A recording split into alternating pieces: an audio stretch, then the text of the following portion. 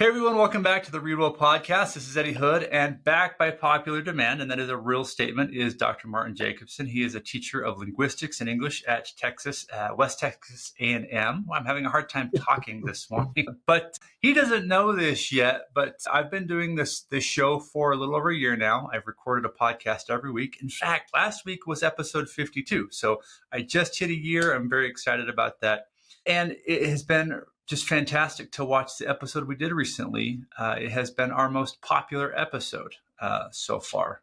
Yeah, most popular episode. You are the most popular thing we've done yet, Dr. Jacobsen. It's had the highest numbers on all the podcast ratings. It's been listened to thousands of times, which is really great. And I get messages about our conversation we had before, so much so that people have said that they want to go back to school and study English.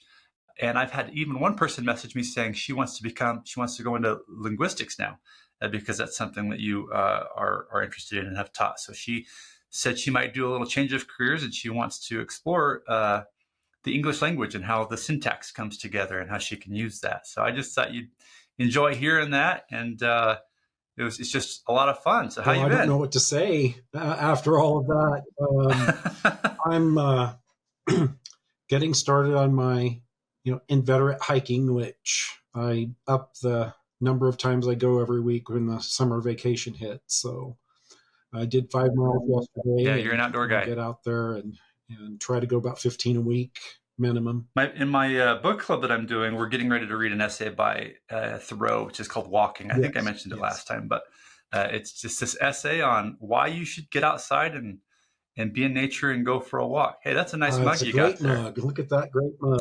Got some good wisdom on it. This is the Read Well mug. Super fun.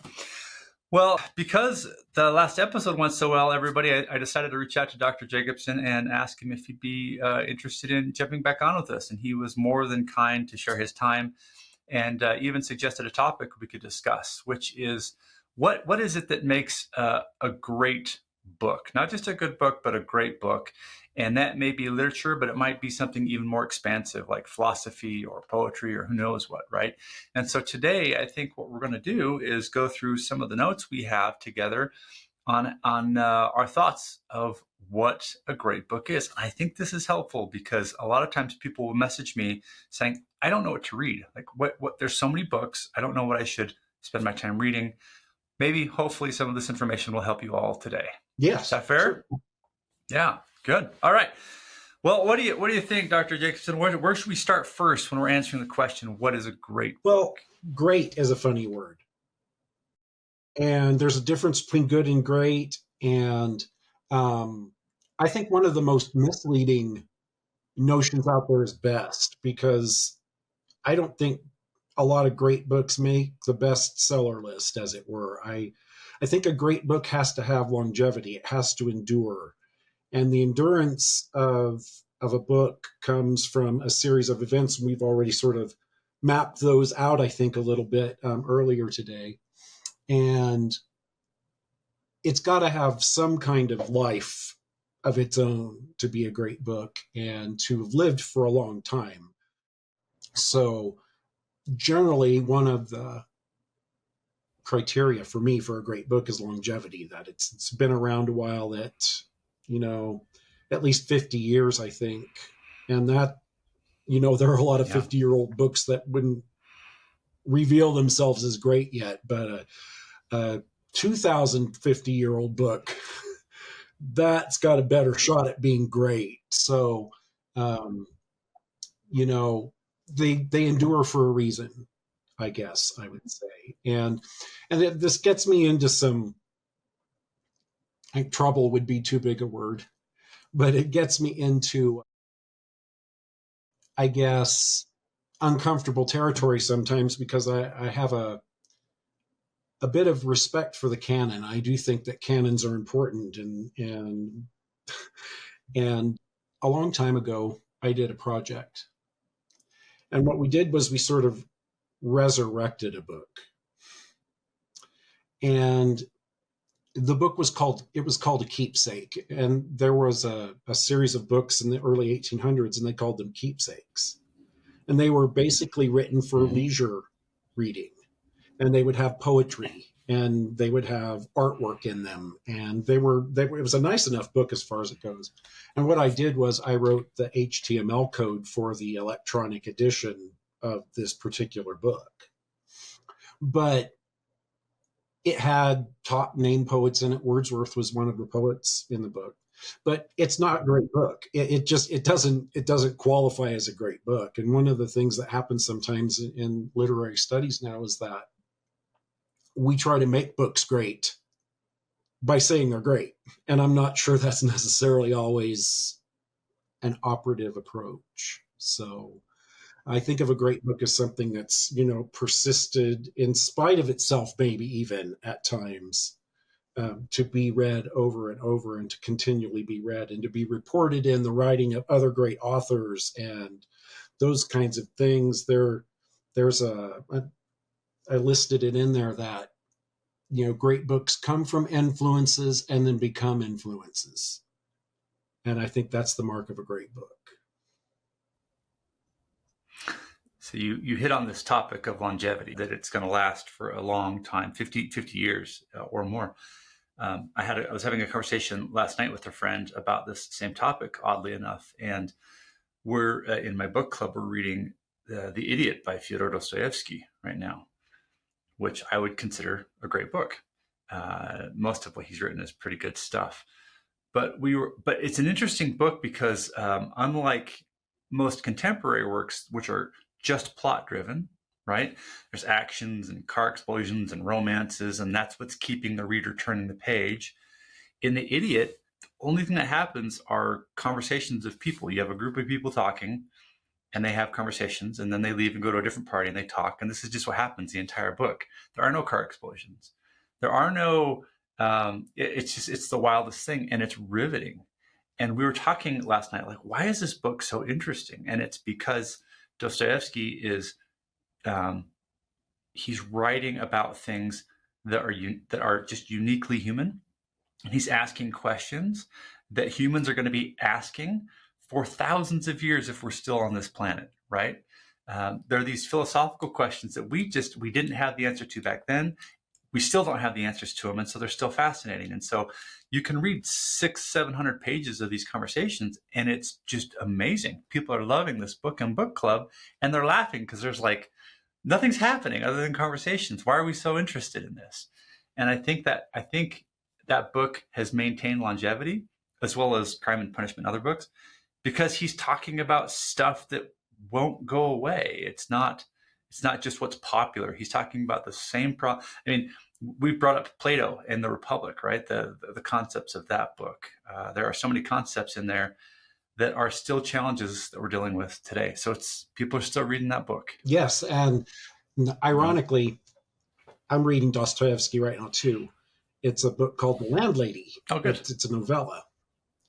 And one of the things that I see in Dostoevsky, particularly because I've read 2 or 3 things by him, I just read Notes from Underground not long ago, and I read Crime and Punishment. Semi-autobiography. And what he talks about is thinking. And I guess in modern parlance, he would be an overthinker. And, if there was a primer for overthinking, it's Dostoevsky. But he is asking, and in my notes under the first item in the outline that we set for today is the idea of the motive of the author. And as I wrote my way through that idea, I came upon the notion of purpose, but I don't think purpose is enough, because anything that causes someone to write is a purpose.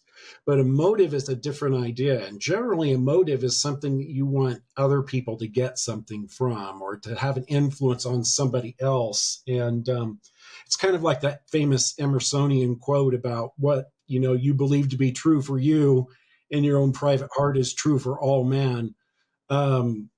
I think that's what makes a great book, is the idea that this is going to matter to everyone forever. That might be a bit of an overstatement, but I do think that there's a motive beyond the writing of the book itself that's part of a great book. Yeah, I don't think Anna Karenina was written simply for entertainment purposes, right? I don't think it was just like, hey, let's talk about people struggling in romance. I think there was a larger motive there, a larger message about society and wealth and like, hey, humans, pay attention for a minute. There's something here. And I think, yeah, in order for there to be some longevity and some interest, you have to be able to, there has to be something that you can really sink your teeth into. And it's the kind of book that you could read in 3 or 5 years and not only get more from it, but get something different from it because you're a different person, right? If I read, and this is not to knock this book because it's one of my favorite books, I love it, but Misery by Stephen King, right? Great book. It's fun. It's entertaining. But every time I read it, I know what I'm getting, and I'm not like changed by it. I'm not elevated by it, right? So I don't know that I would put it in the status of great books, but it's sure a lot of fun to read, you know. But if you read Anna Karenina, you're probably going to change if you're reading it carefully. I agree, Mr. Man. To quote Misery there a little bit. Yeah. I think that one of the things that sort of sparked this notion in me is that I taught a book to my freshmen this past semester called Flowers for Algernon, which I read over 40 years ago in middle school. And it's one of those books that I gave a public talk on Flowers for Algernon in 2019. And one of the questions was, is this really a great book? Because it was for the Great Book lecture series that we do in my department. And I think it qualifies because its influence was immediate. It's been taught in schools since it was published, you know? And it's one of those books that everybody seems to know or to at least know something about. And it's not brand new or anything, but it's not ancient either. So I think a great book has to kind of start out as a great book or it doesn't get replicated. Because one of the things that happens is that other people refer to a great work in what they're writing. And I don't see a lot of Flowers for Algernon referred to in other works of literature, but I've seen Plato's Republic referred to or Plato's work referred to. Oh, yeah. Ever since it's been Plato's work. In fact, there's a treatise by Aristotle where he begins citing Plato's Meno, which means that it mattered right away, that it was something that right away it mattered. And it was something that another thinker was referring to. And that's sort of the crux of my argument for what a great book is that the life of the book is perpetuated as it lives in other people's imaginations and other people's work. So this is going down a different path we weren't talking about, but you just brought up Plato and Aristotle. I mean, Aristotle was his student, right? And so they had two very different ideas as to what good art is, which I think is fascinating, right? Plato had the idea of the forms, wherein everything, whether it's art or literature or car or my shirt, has the perfect form in sort of this ephemeral state, right? Like almost like a God created version of it. And every time we make something, it's just a copy of that thing, and therefore it's not as good. And copies of copies of copies aren't as good. So Plato didn't really, he wasn't as, thumbs up about art as maybe Aristotle was. Aristotle thought copies were a good thing. He thought this process of mimesis was to express ourselves, to learn, and to grow. And so that's interesting that you bring that up. And also the Flowers of Algernon, how you're not seeing many copies of that. You brought up the word copy, which made me think of this, but everybody's copying Plato's work. So is that a form of good artwork that we see it copied a lot, that it is sort of a first idea, right? It's a pillar idea, and everybody's just rehashing what was said. Yeah, I've got it here under reference. So I think that one of the things that happens with these references is that it situates what you're doing within a particular tradition.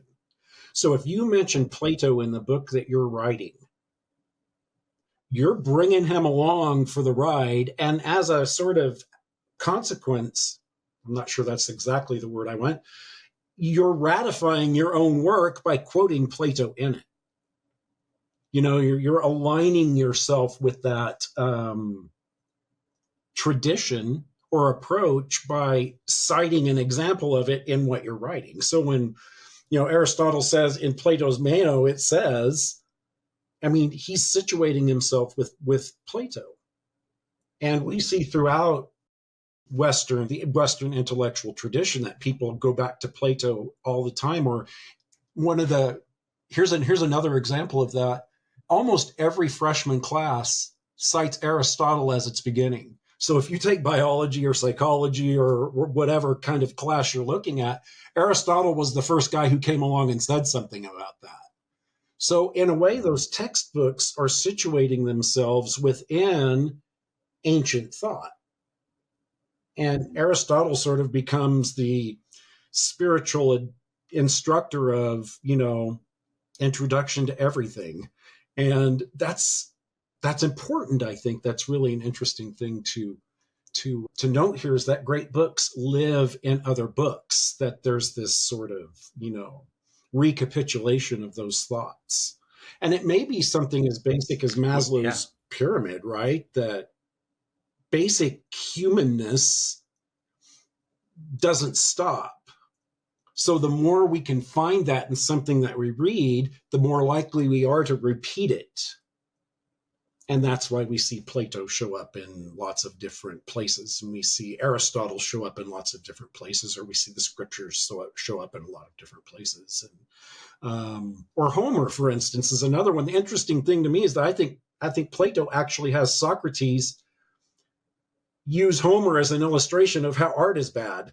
And there's just kind of irony in it, right? That in a way, by citing his knowledge, by using his knowledge of Homer to say poetry isn't okay, there's a twisty turny thing in that, right? That great Platonic irony that, poetry is dangerous because, and here's an example of how really great poetry is dangerous. And Homer lives in that moment, right? It's an interesting thing to see that. And that's another author, of course, who we see everywhere is Yeah. The Iliad and the Odyssey are like cornerstones of so much of our literature today. So, that is funny. And ironically, we just did the same thing. A podcast is a form of artwork, and we referenced Plato and Aristotle in our work, thereby bringing him along for the ride, or them along for the ride. So, good times. Okay, so we've covered longevity. Now we're talking about this sort of motive. Did we cover everything we wanted to say on motive? Yeah, I think so. Yeah. Okay. All right. So we're looking at the creator, and that creator, if they're going to make a great book, has a little bit of a bigger picture than just entertainment. They're trying to bring something along, and that bigger picture ends up making it a sort of pillar piece of content that other people will copy. All right. So what's the next thought around what makes a book great? Well, I think that as a result of these influences, that there becomes a consensus on what good is.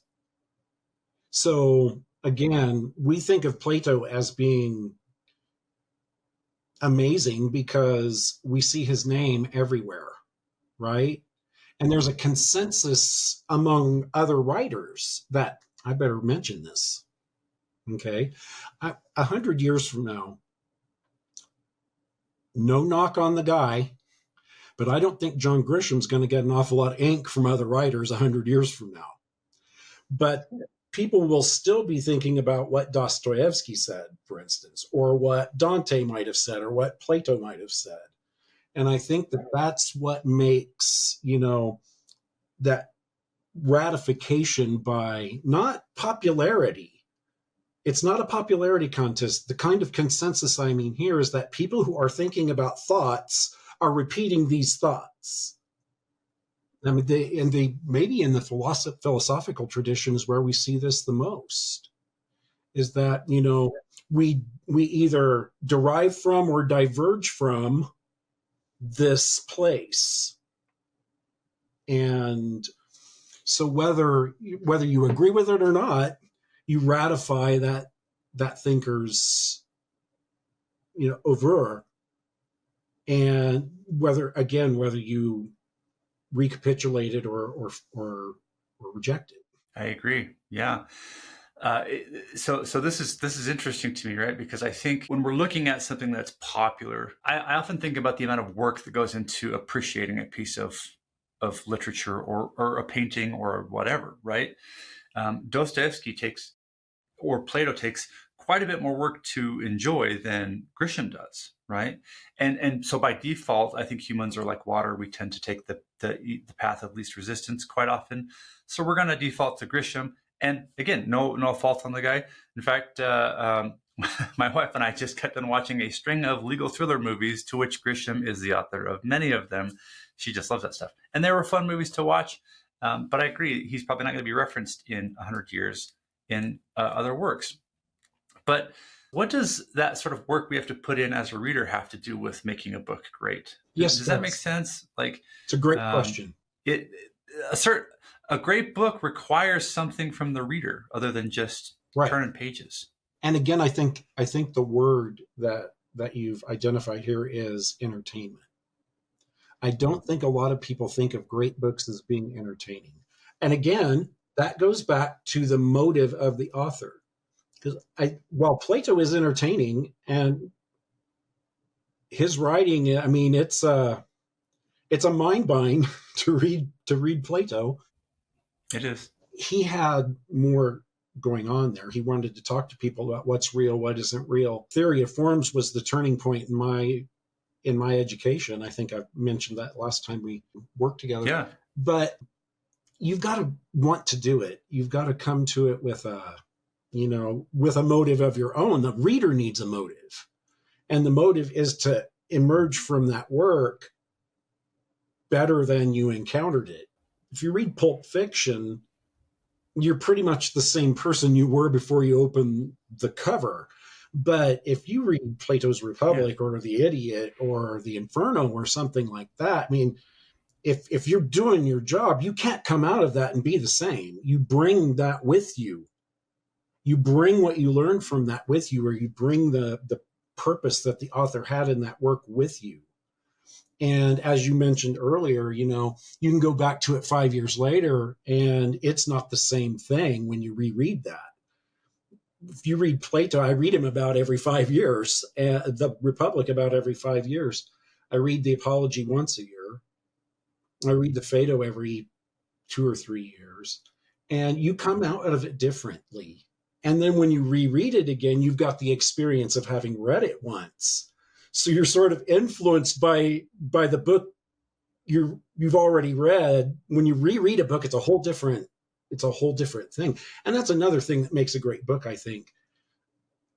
Unless it's sort of a paper version of a TV rerun, when you reread a great book, you have a purpose for rereading it. It's not, nobody rereads the critique of Pure Reason for the hell of it. Well, you might get that. The result might be the result. But when you reread something, a great book, you go back to it because there's something in there that you're going to find that's going to matter. You go back to it for a different reason. I know I'm in a great book when I'm reading it and I'm taking notes and I'm thinking to myself, I'm going to have to read this again, right?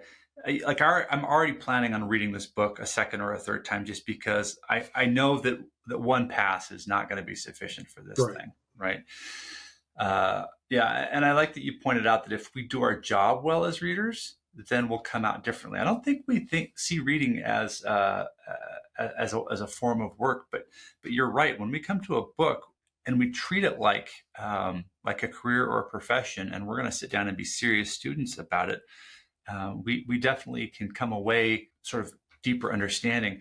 And what's interesting to me is that to read Plato, there are some skills that you need. And it took me probably 6 months of reading Plato before I got those skills, right? Because most of his stuff, for example, is in dialogue fashion between his teacher Socrates and other interlocutors, whoever he's speaking with. And it drove me nuts at first. I'm not going to lie. I was like, this is driving me crazy. I couldn't get past all of the 10,000 questions Socrates was asking, getting down to like the nitty gritty of things, But once I gathered that skill and I got good at it, I could really enjoy what Plato was trying to teach me. Dostoevsky's the same. He has a different style, but you need a different skill set to enjoy him. Now you're dealing with Russian literature, which has like really complex naming structures everywhere. The narrative just flows different. You kind of have to be patient with this stuff. You're going to have to put in a little bit of work. And I wanted to, I don't want to go too far down this rabbit hole because it gets us off topic. But you did point out that if we're going to treat it like a job, to me, that's, when you choose a career, you choose a specific field of interest to be good at, right? I'm going to go be a pilot or an engineer or whatever.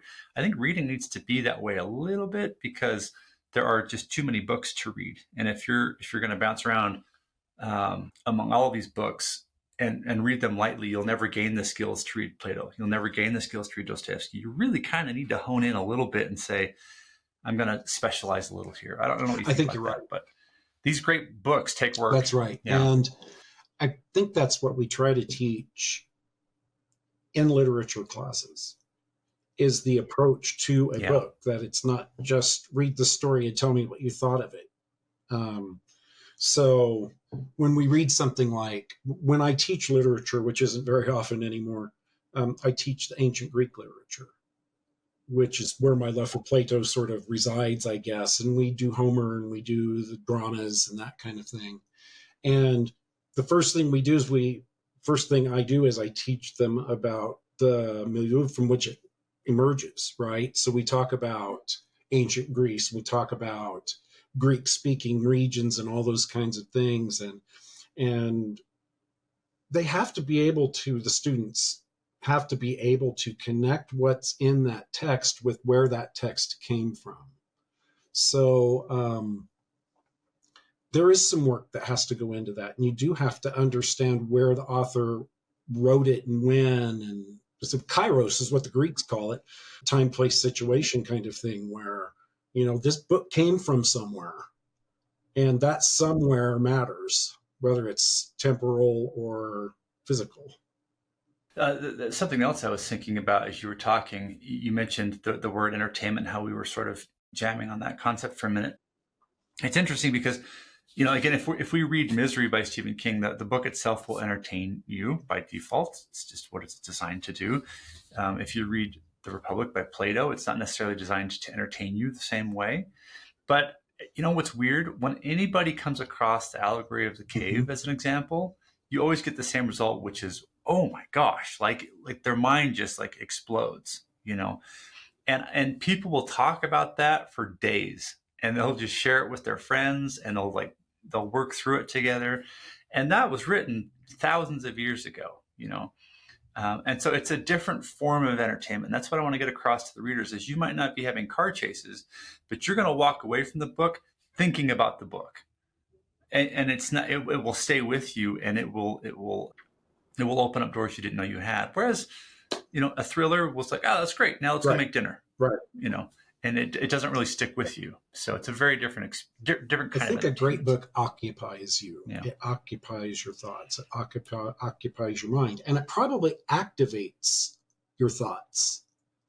So, when you read Plato, for instance, it activates your thinking because that's what he was trying to do, right? There's that motive again. He wanted people to think about the difference between the actual and the ideal. He wanted people to think about,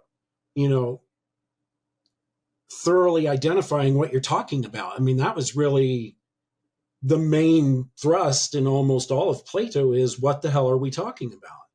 And then if we go back to the Republic, and I don't understand why it worked this way, but it was like my fourth or fifth reading before this actually struck me.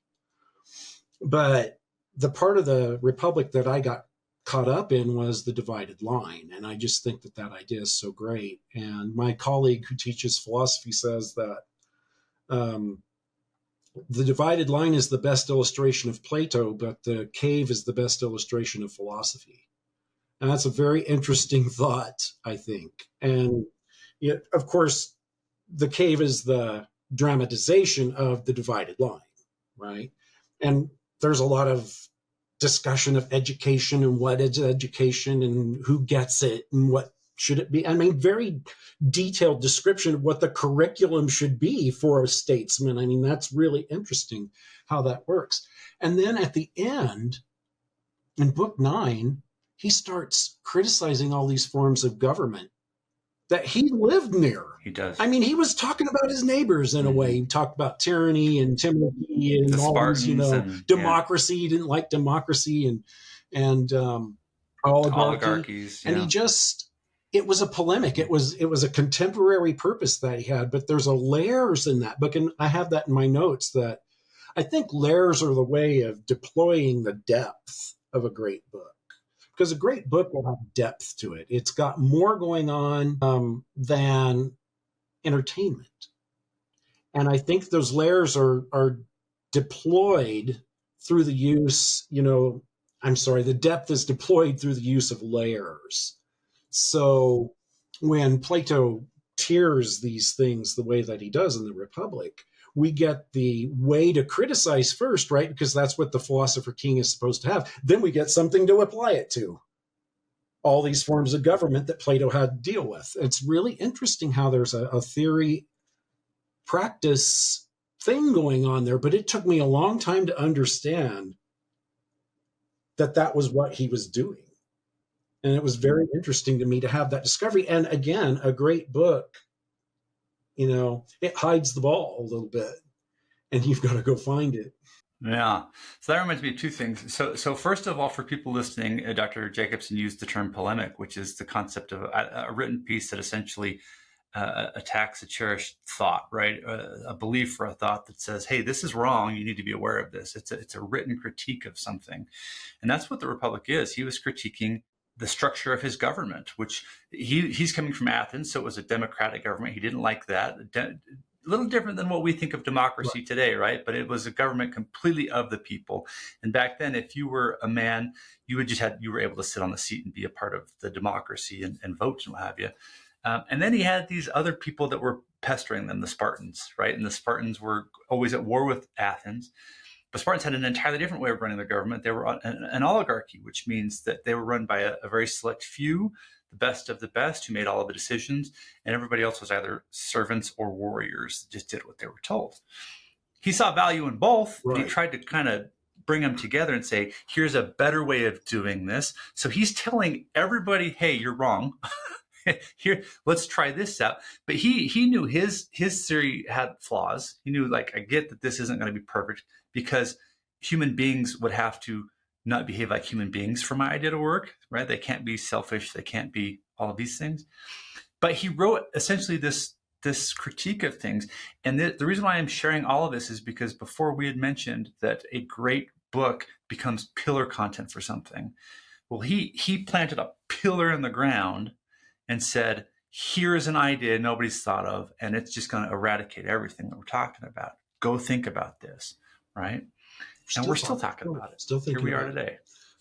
It's amazing. I had a second thought, but I can't remember now because I talked way too long on that one. But I'm sure it will come back to me. Oh, yeah. So this concept of layers, I think, is really fascinating. There's a Stoic philosopher named Seneca who, in Letters from a Stoic, in book 2, he says that we should spend more time with fewer authors, right? We should select great authors because you can't read all these books. If you look at my bookshelf, I can't. Right? There's too many books over here. I can't learn all of them, and there's billions of them out there. Well, the problem is you can either read all of them once and go, "Oh, that was fun," and then you die, right? Or you can identify some great authors and really dig in, and that's what he's suggesting we do. And great authors write in layers. And every time you read it, you get more out of it. So just a thought for all of you who feel like you need to read 1 million books. Maybe you don't. Maybe reading fewer and spending more time with them will give you the result you've been looking for. Because I have so many people come to me saying, I can't keep all this in my head. I can't remember any of it. I'm not retaining anything I'm reading. Well, it's probably because you're reading 100 books a year and you're just blazing through them, right? There's no way I could retain that either. So yeah, I think we think about, not you and I, but I think that one of the premises out there is that a book is like a TV show. on paper. That Yeah. they're, they Yeah. take that beginning, middle, and end thing a little bit more literally than it should be taken. And that, there is no end to a great book. And I think that's another hallmark of what a great book is that there's no end to it, that it always lives again. Because you can surely, a lot of folks have had the experience of picking up a book the second time and not seeing the point. But when you pick up a book a second time and do see the point or see another point, that's closer to a great book. I think great books ask sort of a series of questions. This is how they get through their layers, right? The first question could be a higher level question, but as you answer it, it leads you to a deeper question, and so on. And those questions exist outside of the book, because now you can have those conversations with your wife or your kids or your students, and their feedback makes you think in a more expansive way about the answer to that question. So then you go back to the book, you read it again, and it's this cycle of like the book just keeps giving to you. I wrote a post a couple days ago, which just makes me, I'm overwhelmed by the fact that for $16, I can go to the bookstore and buy a book by Dostoevsky or Plato or any of these great thinkers who spent their entire life trying to get these great questions into 300 pages of work, right? I mean, they worked and slaved at their desks and toiled and dealt with publishers and just lived, in some of these people, in abject poverty to get these words on page. And they're selling all of that life and hardship for $16. And now it sits on my shelf, right? What would you do if you could spend the day at, say, the foot of Dr. Martin Luther King Jr. or Gandhi or any of these people, right? Well, you can. That's the right. whole point, is you buy their book and you're sitting at their feet. I have all of Dostoevsky right here. You can't contemplate the value of that, but you can identify the price. No. It was 99 cents. Mm-hmm. And yeah. And it's wherever, again, it's a difference between cost and value. And the value of being able to think better, which is something a great book should do, is help you think better. We don't value that in the way that we value being entertained, which as a rule isn't probably that helpful in thinking better. I actually want to hit pause here. I think this is sort of like one of the apex points of today's show is I know I'm going to get emails from people. I do anytime I talk on this topic. There's sort of a divide where people think, okay, they're talking about hoity-toity books, right? And they're talking about high fiction and high literature and philosophy and all of this stuff. And they'll send me arguments of why Louis L'Amour or Stephen King or John Grisham are just as equally valuable and are just as equally worthy of consideration in this conversation. And it is so hard to like respectfully say, I love those books too, but there is a difference. There is a difference. And they say, no, I can read Misery. I can think about philosophical questions of murder and torture and morality and all of those things. You can, while Annie is torturing Paul Sheldon with her sledgehammer. Sure, you can think of that, but the author is not directly asking you to think about those questions, right? He's not like, here's a good story, Animal Farm by George Orwell, right? So I mean, it's a super short book, but it wasn't written for entertainment. He wrote it. He probably sat down with like 15 questions on a notepad of like that he wanted to have answered. He said, okay, I'm not going to tell an allegory of this thing to get these questions answered, right? There are questions about socialism and capitalism and all that stuff like directly baked into this book that make you think about your economy and leadership and all that stuff. You have to think about that stuff when you read this, right? So there is going to be a difference. And I just want people to understand that while we value commercial literature and genre fiction, there is, if you're willing to put the time in and do a little work for what Dr. Jacobsen and I are calling great books, you will be rewarded 10x for time with Plato or whatever. So Animal Farm is a great example of a great book because I do think of it as a great book. Mm-hmm. And I think the way that it gets at things, and there are a lot of layers in it, right? So It's got all the home. If we went down our list, we would find pretty much all of the hallmarks in it. But one of the things I think that happens in Animal Farm is that Orwell asks the question, how do you deserve to feel and who gets to decide that? I mean, that's a big question. And then you can get at the other ways of doing things from that central question, which is, some animals are more equal than others. That, notion in Animal Farm, which is that, once you get trapped in a system, you don't get to make a lot of decisions. And I just like the way that book works. And like you say, it's short and it is an allegory and it is, on a surface, it's a fable, right? But once you get under that surface, it isn't. Yeah, absolutely. What I love about this is a good example because you just mentioned, am I trapped in a system? Well, that question alone makes me think of 7 other questions that the book goes on to answer. What system am I in? How did I get here? I mean, there's one of the characters in this book is a horse who is big and strong and just is willing to just do whatever for leadership, just do what he's told because he wants to be the patriot, And so he follows Napoleon's leadership blindly without fail. And there's so many questions around that horse. Do I do that? It's just a great book. You can't get that from reading. Not really, murder no, mystery. You really can't. Although they're great. I love murder mysteries, but you can't get it. So this is how you're in a great book. Yeah. Okay, I think we got the layers thing sort of tacked down a little bit here. Let's see, what was the next item on our list? We have good writing, or no, depth and good writing. Well, we did depth because we talked about depth and layers together.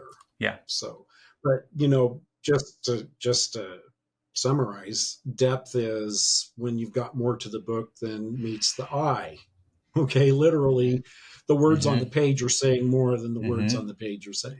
So, but yeah, well, geez, I know we just pointed this out, but Animal Farm, this copy I've got is 141 pages, and in 141 pages, Orwell changed the way people think about so many ideas. Right? I mean, this thing is packed with layers. It doesn't have to be a 1,000-page book. It doesn't. But yeah. by good writing, what I meant by good writing when I put that on the list was that it's written for the reason it's written. That it doesn't have to be literature. It doesn't have to be beautiful. Good writing doesn't have to be beautiful. If we're talking about a nonfiction book that's a great book, it might have its own kind of elegance, right? Or it might not. But does it accomplish the purpose or the motive of the author?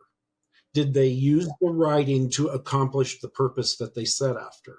That's a big question. And it doesn't always work that way. It doesn't always come out. And that's why a lot of people will say things like, well, nonfiction is boring, or science is boring, or, reading about economics is boring, or the critique of pure reason is indecipherable, which might be true. But how things are written, we talked last time about syntax. We talked about diagramming. Yeah. And I taught a class in advanced grammar, and it was probably about 5-6 years ago. And I had some students who were taking a philosophy class at the same time. So they brought in this sentence from John Stuart Mill. I think it was from Utilitarianism. It was 188 words. Mm-hmm. Between capital and period was 188 words. And I diagrammed it. I did make the diagram. It's insane. Yeah. It's like a constellation in the sky or something. And what he was doing was conditioning what he said. Most of the sentence was modification. The point that he wanted to get to was a series of coordinate clauses, but surrounding it was all of this modification. He was trying to isolate that idea from any kind of counter argument or criticism or anything like that. And it was interesting to me to get the motive of the author out of the approach to writing, and that was good writing. It wouldn't be easy to read, but it was good writing. He was doing what he set out to do. So it wasn't beautiful. It wasn't poetry, but It's not right. It flowery. worked. Yeah. It did what it was supposed to do.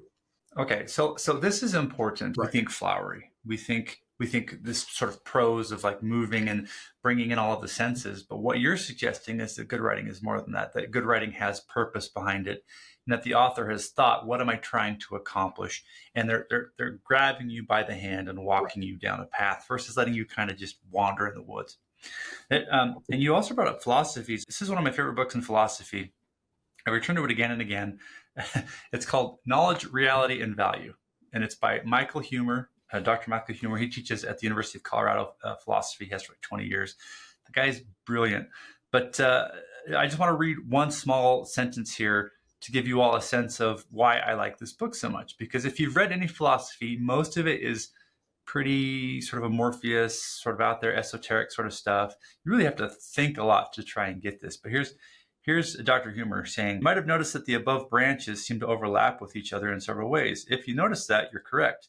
If you didn't notice that, pay more attention." Oh, that's wonderful. So I know. So here's the fun part about Huemer. He doesn't take himself too seriously, and he's taking philosophy and he's making it accessible to people. And his job as a teacher at Colorado is to help you understand philosophy. And so he's using his sentences in a way that you'll walk away going, "That's the first time I've ever understood philosophy. This is great." He doesn't have to write flowery. In fact, he never does. He doesn't use big esoteric words. He just teaches you and moves you down this path. And I think that's good writing. And he makes it fun. So I think that accomplishes that purpose well. Good. That's nice. I like that. And, Plato, he was that first guy to sort of put all the branches together into the tree. I think that's part of his motive was to incorporate all of the thought that was nearby into the narrative that he was producing. It would take the Republic for the example. And but that hadn't really been, as I recall, done in the same way before that, metaphysics and epistemology are like this in the Republic. You can't have one without the other. And at some level, you can't anyway. That what you know and what you think you can figure out are always going to be the same enterprise, right? And so that's a really sort of pivotal moment, and maybe why the Republic is such a great book, and is because he does sort of deploy all 5 branches of philosophy, assuming you see 5. I think of it as 5, but he puts them all together. But he doesn't say, okay, here's aesthetics, here's epistemology, but he kind of does too, right? Because he does talk about education directly. He does talk about poetry is bad. He does say that, there's a higher truth than we can apprehend. He does weave them all together, but he also addresses them directly at times, and that's good writing, right? He's doing that writing is amazing, the way that he does all of it. Because when he talks about the education of the philosopher king, it's in many ways the most direct part of the whole thing, which is, he wants to get that point across, I think. But I'm drifting a little. Well, no, this is interesting because I wanted to point out there are parts of The Republic is one of my favorite books, but I will say this, there are parts of The Republic I don't agree with, right? And I think this is important that people understand that just because you don't agree with something in the book does not devalue it or make it less important. In fact, there should be parts that you don't agree with because you're questioning it. You're having a conversation with Plato. I mean, in The Republic, for example, he describes essentially 3 tiers to this proposed government. And the very top tier, you've got this sort of guardian state that's led by, it's almost a communal environment where you've got men and women and children who are weeded down to be the best of the best, right? But in that, because I'm a very familial person with my wife and my kids, I clash with this a little bit because in this state that he's proposing, you've got, there is no husband and wife. It's just people are mating by assignment to create the ideal children for the next level of guardians, right? And they're all eating together, and it's like one big household of it's like one giant family of men and women everywhere. That doesn't sit well with my values. Does that make this a book that's not great because that one idea in there kind of rubs me raw? No. Not at all. I think a great book makes you question whether something or not. I'm not personally a religious person. I don't have a connection to the Bible in any way, but there are lots of aspects of the Bible that you could debate for hours with people and have questions about. It's clearly got longevity, right? It's been around for a hot minute. Does that make the Bible a great book? Yeah, Yes, it is a great book because there are allegories and there are stories in there and there are things that just spawn millions of questions that can help us move forward if we look at those questions. So yeah, I think it's great. I don't know how you feel about that, the idea of not always Right. agreeing. I But, understand what you're saying. I mean, one of the ways that we engage an idea that we're not comfortable with is through reading. It's one of the ways to, I think, didn't you just talk about this a little bit? It seems like you might have mentioned this recently in your weekly essay. Maybe I saw it somewhere else, but one of the ways that we get to ideas that a book is kind of a safe place to test out an idea that you're not entirely comfortable with. And maybe great books give us more of those. Maybe at some level, a great book can get that uncomfortable notion out there to be dealt with in ways that, a lesser book might not bother doing that.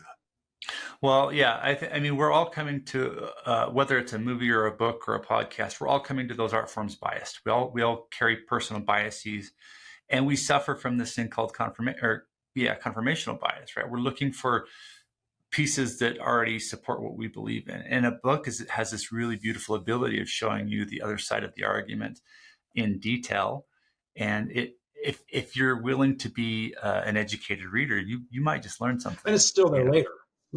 If you want to go back to that idea, you can go find it again and check it out and interrogate it again. That's become one of my favorite words over the last 10 or 15 years is the word interrogate, because that's what an education should be, a series of interrogations, not an acquisition of terminology. It should empower a person to question or contemplate or even, this is another thing that's sort of interesting to me, is to even agree with something but know why you're agreeing with it, because a lot of people agree with things that have no idea why they agree. I mean, everybody seems to have a thought about why they don't agree with something, but it seems like there's very little thought that goes into why do I agree with this, like it's a native thing or an assumption or like it's a genetic thing almost. I don't know. People don't contemplate why they agree. I love this because, and coming from the background of English and linguistics, you probably have a fair exposure to this, but it's also huge in philosophy, this concept of fallacies and how when we think about things or have conversations, we often fall into traps or fallacies, essentially errors in our logic, right? And one of those errors, and those errors lead to us believing in things without really thinking about it, right? We believe things. And a couple of those fallacies, just for our audience to think about, are there's this sort of fallacy of authority. So you might believe an argument just because you trust the person who's saying it. That person is powerful, right? Well, it must be true because that person has power and they know what they're doing. That doesn't make it true. There's this argumentum ad populum, which is if it's popular, it must be true. Thousands of people believe this, so maybe it's true. There's lots of different fallacies we can fall into, but I like what you're suggesting, which is you as a thinker need to consider why you think the way you think and why you believe what you believe. And a book, if you're reading it right, gives you a nice chance to do that. Yeah. So if we do kind of a summary really quickly, and we covered 8 areas of what makes a book kind of jump the chasm from good to great. And we talked about motive from the author being that he or she has a bigger purpose than just entertainment to the conversation. There are, number 2 would be layers, and the layers being that it is sort of steeped in questions. And as you read the book, you're exposed to a question which leads you further down more rabbit holes. And that rabbit hole is the third point, that depth, right? That a book will take you more than just a surface level thought. It will take you down into really interesting sort of avenues of consideration. The 4th was good writing, and you pointed out that good writing isn't just flowery prose, but that it has a purpose and that it's achieving that purpose.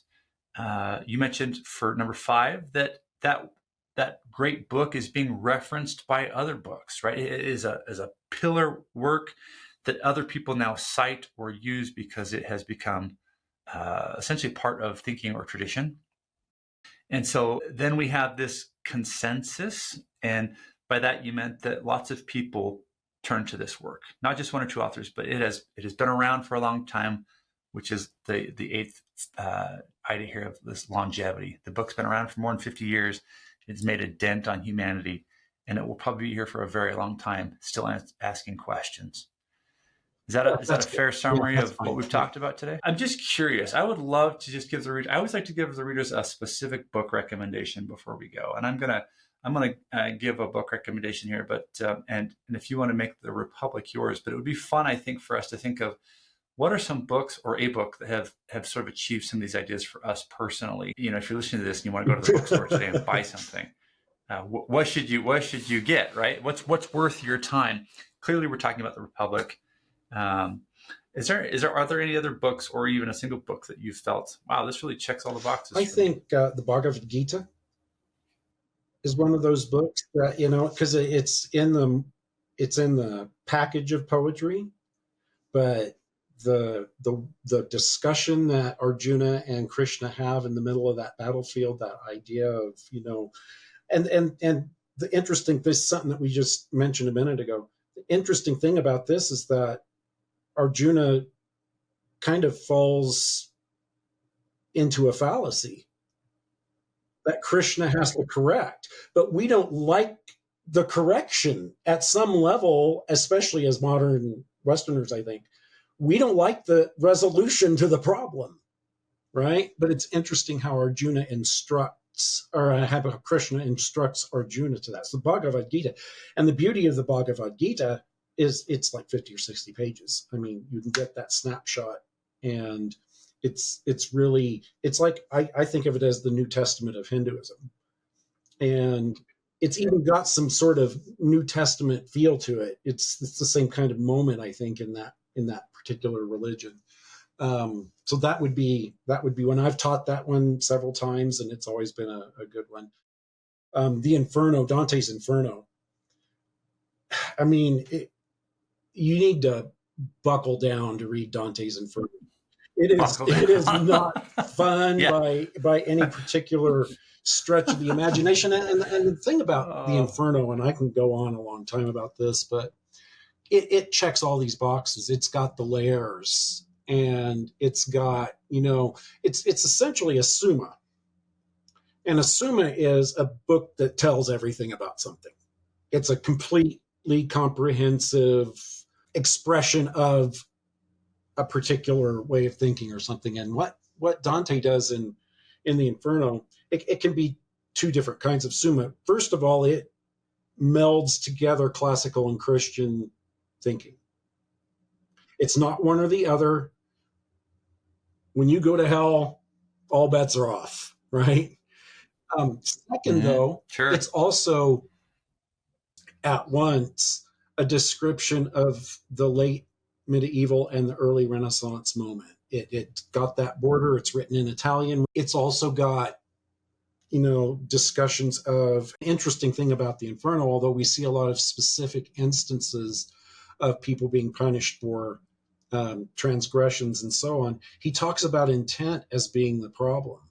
And I mean, that's really interesting to me, the way that he talks about, you're not being punished for what you did. You're being punished for how you thought or for how you acted. It's a more comprehensive kind of response to the problem that Dante is addressing, which is that you lose focus on what you're supposed to be focused on. And that's the problem. So if you focus on what God tells you to focus on, is what Dante would say, then you're not going to make these mistakes. If you don't do that, you can't help but make them. So part one, don't do that. Right? Part two, this is what happens. And again, it's kind of like that funny thing that people ascribe to Jimmy Carter, right? I've only lusted in my heart. That's the problem in Dante. If you have it wrong in your heart, you're going to do it wrong in the world. So that's the big moment. And then we get all these sort of specific examples, but the writing is so vivid. And another thing that he does better than anybody else is he includes all five senses. When you're in the inferno, you know how it smells, you know how warm it is or how cold it is, you know what it sounds like. It's not just visual, because generally speaking, we depict things through visual means because that's our gift as humans. But Dante gives us this comprehensive picture of, the oppression of your environment, of your surroundings. Again, it's that Maslow thing almost, that, you don't even get basic things in hell. And so the way he depicts that is really interesting, and he does it all in rhyme. And it's amazing how many things he can do at once. And there are all these layers to it. Again, that's where the idea of layers comes from for me, and more than anywhere else, I think, is that he'll have this imagery layer, and he'll have this philosophical layer. He'll put you right in the middle of a classical question, or he'll, make you think about what fraud means. And then you'll think, well, what does usury mean? That was before student loans, and we knew. Yeah. There are all these kinds of moments in Dante where what ends up happening is that you find yourself on the end of 5 or 6 hooks at the same time. And that's something that really only a book can do, I think, in many ways, because you have to make that up here. And that's another thing about a book, is that you make it. You create it as you read it. And in Dante, you've got a lot more to work with, I think. Maybe that's another hallmark of a great book, is that as you're creating what the book says, you've got a lot more to work with if it's a great book than you do if it's not. But Dante has all these layers, and he's so relentless in the way that he applies them over and over and over again. He had to mean what he was doing. Since he wrote it in Italian, we know that at least one of the motives was to elevate his own language, right, into this new social place. And that's one I mentioned earlier before. I think Dante might be the best writer in history. That's a big statement. That's a big claim. I think it was T.S. Eliot said that Dante and Shakespeare divide the world between them. There is no third. I love that. I'm not. I love that. I was talking to my professor about it, and his first thought was that, well, maybe Chaucer was the second. There was an argument there, right? Well, but that was it. And the person that he mentioned was the writer of another great book. So he was playing with that idea that Eliot had, but he didn't choose John Grisham as the third, right? He chose Chaucer as another possibility. And so I think we have an idea what great author means. So Chaucer would check all the boxes too. Not as well as Dante. Yeah. So this is fascinating, and it makes me think about how when you learn more about something, you appreciate it at a higher level. And so to read Dante or Chaucer or any of these people, you need to spend a little time understanding how the sort of syntax and techniques are being used, because as you do, it becomes less foggy and you really start to appreciate it. I mean, a great example is William Shakespeare. If you've ever tried to read William Shakespeare, first time around, you're probably going to struggle with it. It's just not going to flow like Stephen King flows, right? And it's going to feel a little choppy. But as you learn the techniques he's using, several doors open up. And so just as a quick example, so Shakespeare is known for using something called iambic pentameter, which is this style of writing that has to meet certain criteria. And he's really well known for it, but he doesn't use it for all of his characters. He typically is known for using it for certain characters, because he had often write about nobility and common people and so on. Well, iambic pentameter gives you a more educated sounding voice. And so the nobility people would often speak with iambic pentameter, and the common people or folk wouldn't. They would just speak in just general prose. And so once you even know what iambic pentameter is, if you take 30 minutes to study that, just go learn about that, people. Learn what that is, how it works, and then go read Romeo and Juliet or something, and just see what happens, right? Just watch the words, and you'll be like, this is incredible, right? I also think it's interesting. I was just saying that I think it's interesting that the three people that you just mentioned aren't alive anymore. They were alive a long Right. time ago. One of the Yeah. things that I taught So, in a class, I've used it a lot, but it came to the surface in this particular class, which was the history of heavy metal music, was the idea of analyzing something to life, because it's one of those academic truisms, I don't know, that yep. analysis Yep. is paralysis, that if you analyze something too much, you lose touch with what you're doing or what have you. But I don't think that's true at all. I think the more you know, the more you like it. Like you say, I think we analyze things to life, and great books might be one of the elements that we need to analyze to life. That maybe if it doesn't have its own life, it's because we're not trying hard enough. I think we've lost that skill a little bit. I think we've had so much television and radio to tell us how to think. We've lost a little bit of that ability to think for Soundbite to ourselves, or meme a to lot of real. that Yeah. ability. That actually leads me to a poem I wanted to share with everybody as a final thought here, and then I'd love to get Dr. Jacobsen's last considerations before we wrap up, because we've already taken up too much of your time. But this is a fun little poem that I think will wrap up nicely what we're talking about here. It's by poet laureate Billy Collins. So he's a fantastic poet. He's still alive today. It's a short poem, but it's called Introduction to Poetry. So I'm going to read this. It's pretty straightforward and it's short. But he says, I ask them to take a poem and hold it up to the light like a color slide, or press an ear against its hive. I say, drop a mouse into a poem and watch him probe his way out. Or walk inside the poem's room and feel the walls for a light switch. I want them to water ski across the surface of a poem, waving at the author's name on the shore. But all they want to do is tie the poem to a chair with a rope and torture a confession out of it. They begin beating it with a hose to find out what it really means. And that's Billy Collins's Introduction to Poetry. And I love it because he's saying, look, all you guys are doing this wrong.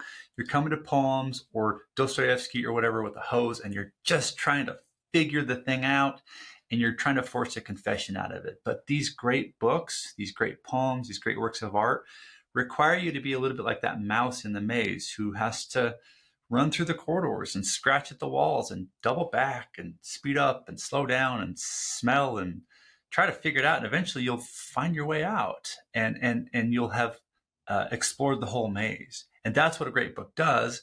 It will probably take you your lifetime to work your way through that maze, but it will be rewarding when you get there. I would love to get your last thoughts on that before we Well, I wrap like the up. poem. It's great.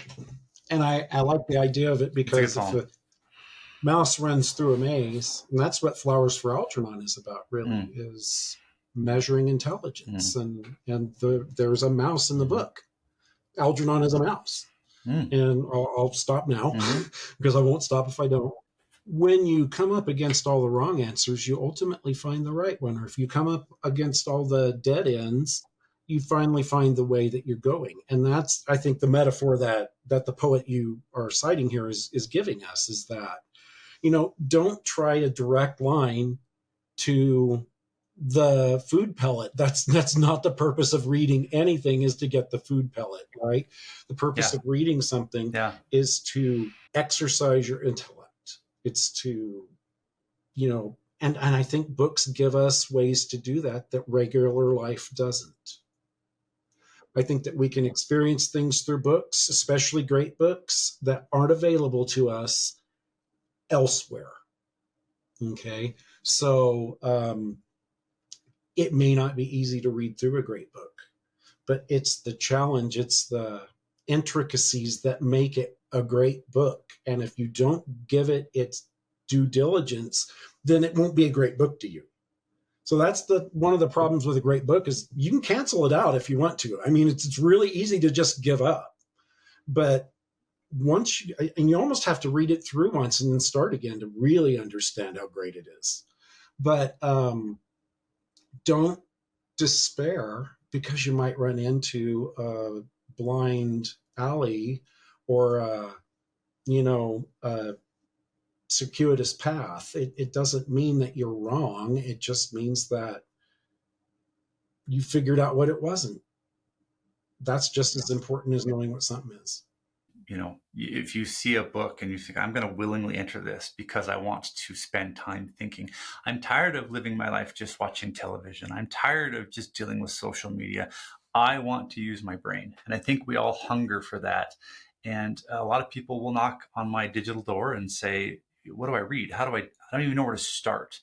And I think it's okay if you don't know where to start. I would say just pick a great book, and if it meets some of these criteria, you'll know.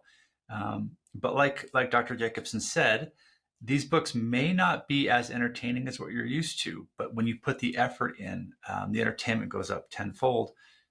You get out of it what you put in. I know that's trite and cliche, but it is true. These great books how many years have we been reading personally The Republic, right? Years and years and years. Still reading it. It's not a massive book, but still reading it, and I'll probably be reading it for another 50 years and going, man, there's just so much to this. It was 1987 when I read it the first time. So yeah. I was still reading it. Well, and it should be said, the first time I read it, I didn't get any of it. I was like, what is happening, But what I did get was a survey of the land. I saw the mountains and the hills and thought, okay, I see the shape of this thing. I came back to it 3 months later, and all of a sudden I got it because I know, oh, here comes that thing. And I was prepared for it this time, right? And I started taking some notes on it. And just every time you start to learn where the trails are and where the streams are, and it just starts to make sense. But you have to get into these books first, knowing that you're blind, you don't have a guide, and you're just going to have to experience the landscape for a minute. And it might be a bit of a jungle. That's okay. Right. It's Plato. That's right. Yeah, it's gonna take a second. It's not People magazine, right? And you ever notice that too? It's not. Yeah. We don't have great magazines. We don't have great periodicals, not in the way that we think of a great book. I mean, the artifact itself speaks for itself. We don't like something, we want to wipe it off the books. We do something right, it's one for the books, right? I think we like the idea of a book because it's got a sort of finality in terms of everything that you need to know is in it. But you might have to go in more than once to get everything out of it. You will. We talk about the you definitely we talk about the Beowulf. We don't spend an awful lot of time talking about the Anglo-Saxon Chronicle. So there is a thought that a book has a status of its own that we don't assign maybe to other forms that are sort of by definition temporal in the way that books are. Yeah. Well, to put a stamp on this conversation, yes, books are permanent and they have that to them, but there have been billions of books written and most of them are forgotten, right? Those books are not great books. And you have to, as a reader, if you want to read something truly great and better your life, start by asking other great readers, what do you recommend? And do a little homework and be choosy on what you read. Don't just grab a book off the shelves and read it. You've only got so much time. You could die tomorrow. If you want to read a great book, do some homework before you start reading, and it'll pay off in the end. So anyway, well, Dr. Jacobsen, I am super grateful to have done this with you again. This is just so much fun to get in and talk about literature. And I have to also share with you, I need to pass these messages along. I'm not very good at this, but I've also been getting messages from your students saying how much they love you as a teacher, which is pretty great.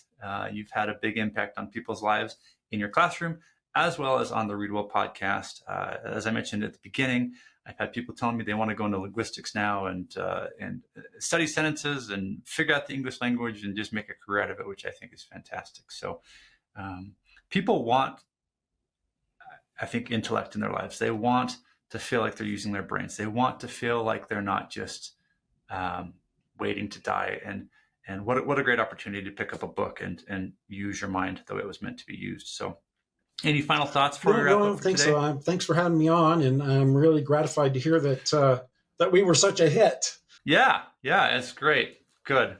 Well, as always, everybody, I want to thank you for listening today. If you found this episode helpful, would appreciate it if you could go to Apple Podcasts and give us a review. We're up to 50 reviews now. People are mentioning that they're loving the show. It's 4.8 stars. And that's really helping to get the news out and help to promote the show.